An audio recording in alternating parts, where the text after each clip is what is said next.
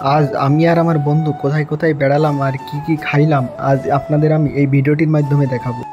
বিকাল 4টার দিকে আমি বেরিয়ে বাড়ি থেকে চলে গেলাম গাঙ্গি যাওয়ার উদ্দেশ্যে। আর এখন যেহেতু প্রচুর রোদ পড়ছে এই জন্য রাস্তাটিও ফাঁকা আর রাস্তায় কোনো মানুষজনও দেখা যাচ্ছে না। পরে আমি চলে আসলাম নিউ মার্কেটে মিলন কসমেটিক্সের দোকানে। এখানে আমার কিছু জিনিস লাগবে এজন্য আসলাম। আর এখানে এসে দেখি দোকানদার নাই, দোকানে অনেক লোকজন বসে আছে। আর আমিও অপেক্ষায় রইলাম যে ওই ভাই কখন আসবে। অনেকক্ষণ অপেক্ষায় থাকার পরে ভাইয়া আসলো আর ভাইয়ার কাছ থেকে আমি আমার পছন্দের জিনিসটি কিনে নিলাম। আর কসমেটিক্সের কোনো আইটেম লাগলেই আমি এখানে চলে আসি এই মিলন কসমেটিক্সে, আর আমার পছন্দের জিনিসটি এখান থেকে আমি কিনে নিয়ে যাই। আর এই ভাইয়া তুলনামূলক অন্য জায়গার কাছে এখানে দামও অনেক কম নেই। তারপরে আমি চলে আসলাম নিউ মার্কেট থেকে বেরিয়ে বাইরে।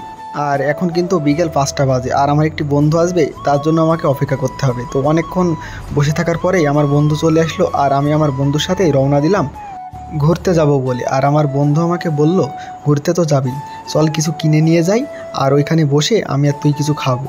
এজন্য আমি আমার বন্ধুকে বললাম, গাংনীতে ফুটপাতে এক ভাইয়ের দোকান আছে আর ওইখানে ভালো ভালো জিনিস পাওয়া যায়, বার্গার, চিকেন চপ।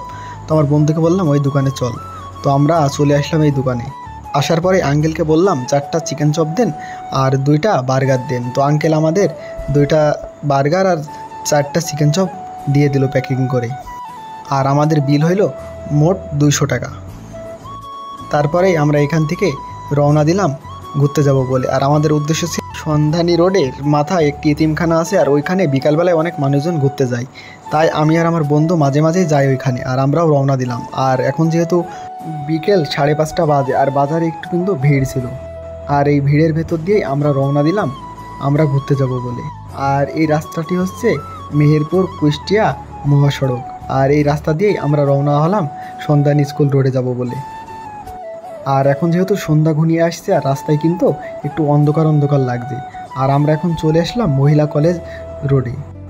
আর এই রাস্তা দিয়ে আমরা চলে যাব সন্ধানী স্কুলের কাছে। এই হচ্ছে সন্ধানী স্কুল। আর এই সন্ধানী স্কুল পার করেই আমরা এই রাস্তা দিয়ে চলে যাব মাঠের ভেতরে এতিমখানার কাছে। আর সন্ধানী স্কুলটি কিন্তু দেখতে কিন্তু দারুণ লাগে। আর এই রাস্তার মাথায় কিন্তু সামনে এতিমখানা আছে। আর আমরা কিন্তু বলতে না বলতেই এতিমখানার কাছে চলে আসলাম। আর এই এতিমখানার কাছে কিন্তু প্রতিদিন বিকালে অনেক মানুষজন আসে তারা ফটোশ্যুট করার জন্য। আর আমরাও মাঝে মাঝে আসি। আর আমরা বেশিরভাগ সময় আসি এই রাস্তার মাথায় একটি পুল আছে আর পুলের ওইখানে বসে আমরা কিছু খাওয়া দাওয়া করি। তো রাস্তায় পুলের ওপরে অনেক মানুষজন ছিল তাই আমরা অন্য দিকে চলে আসলাম। আর এইখানে এসেই আমার বন্ধু খাওয়ার জন্য প্যাকেটগুলো খুলতে শুরু করলো। আর আমার বন্ধু কিন্তু খুব খানিয়ালা, সে কিন্তু খুব খেতে পারে, তাই সে নিজেই আগেই খোলা শুরু করে দিল প্যাকেট। আমার বন্ধু খাওয়ার জন্য প্যাকেট খুলছে আর আমি ভিডিও করছি। আর আমরা যে আঙ্কেলের কাছ থেকে chicken chop, chicken fry, burger কিনে খাই, এই আঙ্কেলটি কিন্তু অনেক ভালো মানুষ আর তার হাতের রান্না কিন্তু অনেক স্বাদ হয়। আর আমরা কিন্তু প্রায় দিনই তার কাছে গিয়ে বেশিরভাগ সময় চিকেন ফ্রাই খাই। আর এইসব বাইরেকার জিনিস বেশি খেলে কিন্তু গ্যাসের সমস্যা হয়, তাই একটু চেষ্টাই করি কম খাওয়ার, কিন্তু তারপরেও হয় না। আর আমার বন্ধু কিন্তু এই ভাজা জিনিস খুব বেশি পছন্দ করে সে। আমার খাওয়া হয়ে গেছে আর এখন আমার বন্ধুর খাওয়া শেষ হয়নি। আমাদের দুইজনারই খাওয়া শেষ, এখন আমরা রওনা দেব বাড়ি যাওয়ার জন্য। আর আস্তে আস্তে কিন্তু সন্ধ্যা হয়ে যাচ্ছে আর চারিদিকে আস্তে আস্তে অন্ধকার হয়ে যাচ্ছে। আর আমরাও রওনা দিলাম বাড়ি যাওয়ার জন্য। আর এইখানে কিন্তু এই সন্ধ্যার টাইমে অনেক মানুষজন আসে, তারা কিন্তু ছবি তোলার জন্য। চারিদিকে আপনারা দেখতেই পাচ্ছেন।